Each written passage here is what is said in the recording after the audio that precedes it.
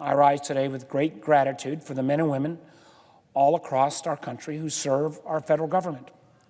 Now, Virginia is home to 178,000 of these public servants. As well, in Virginia, we have over 90,000 active duty members of our military. And while many of our federal employees in Virginia live in the DMV or in the greater capital region, the truth is, even in a state like ours, even in the Commonwealth of Virginia, 79% of our federal workers live outside the Beltway.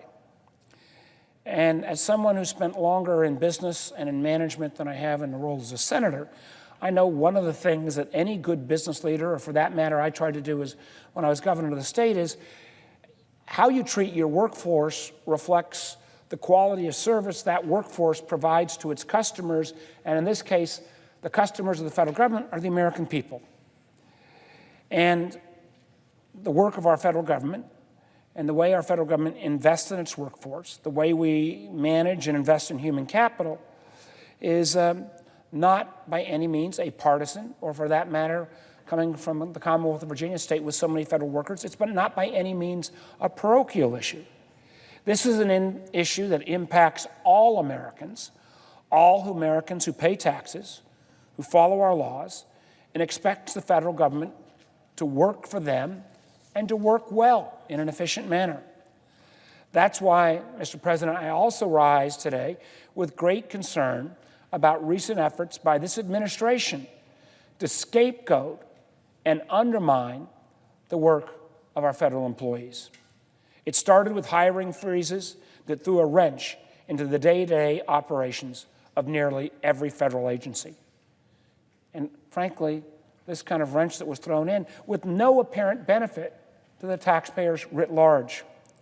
It continued with executive orders undermining workforce protections for federal workers and their ability to organize as part of a union and have that collective voice heard in terms of representations with management. And it culminated last month with the Trump administration's plan to freeze federal employee pay and cut retirement benefits for 2.6 million federal retirees and survivors. 2.6 million federal retirees and survivors having their retirement benefits cut. This is the thanks our federal employees get for their service. Now, President Trump campaigned on a promise to drain the swamp. But the great irony is that the most glaring instances of failure and corruption at the federal level in recent months have not come from career federal employees. They've come from appointees installed by this administration. Look no further than the EPA, where the American people saw some of the most blatant examples of swamp-like behavior in the waste and abuse from former EPA Administrator Mr. Pruitt. We also saw that with few exceptions, those at the EPA with the courage to stand up and say, this is not okay. We're not appointees, but we're career federal employees. And for some,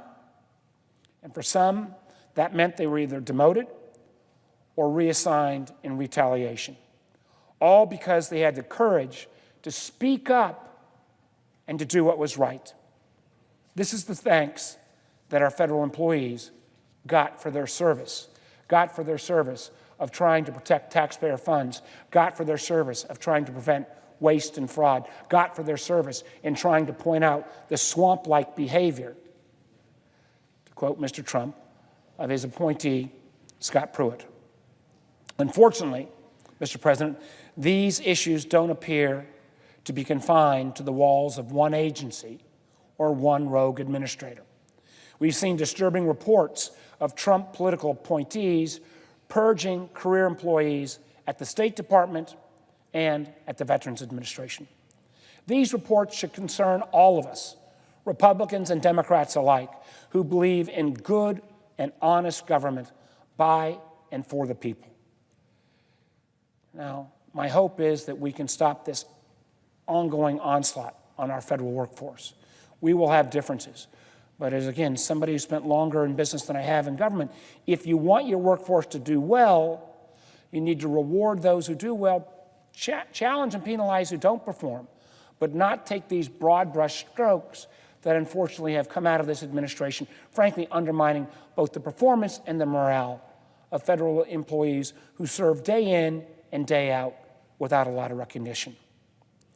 Now, before I close, I want to make another comment on this subject, because one part of our federal government, in particular, where naked partisanship not only functions our government, but really functions the rule of law itself. What I'm speaking about, of course, is about the attacks ad hominem, for the most case, against our federal law enforcement agencies and our intelligence community. The intelligence community, as we know, was founded 71 years ago tomorrow, when President Truman signed the National Security Act. That date, July 26th, also marks the 110th birthday of the FBI, as well as Intelligence Professionals Day, a time to show our gratitude to those brave men and women who keep us safe every day. If only that gratitude, that I know is shared by people on both sides of the aisle, were shared by our current commander-in-chief. Unfortunately, in the months since Russia attacked the very institutions of our democracy, we've seen some of the most bizarre reactions from the president and his allies. Instead of uniting our country behind the cause of defending democracy and bringing our adversaries to justice, this president has led an all-out attack on the credibility of the FBI, the Justice Department, and our intelligence community. Demeaning career FBI officials who've saved countless American lives over their careers. Impugning the motives of Special Counsel Mueller, perhaps the most respected federal lawman of this generation.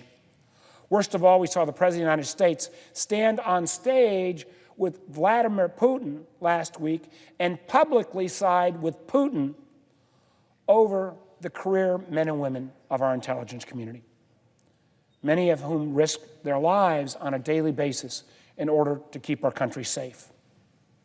This is the thanks they get for their years of service, oftentimes particularly folks in the intelligence community who serve without any recognition. Mr. President, the men and women of the FBI, the Department of Justice, and the intelligence community deserve better.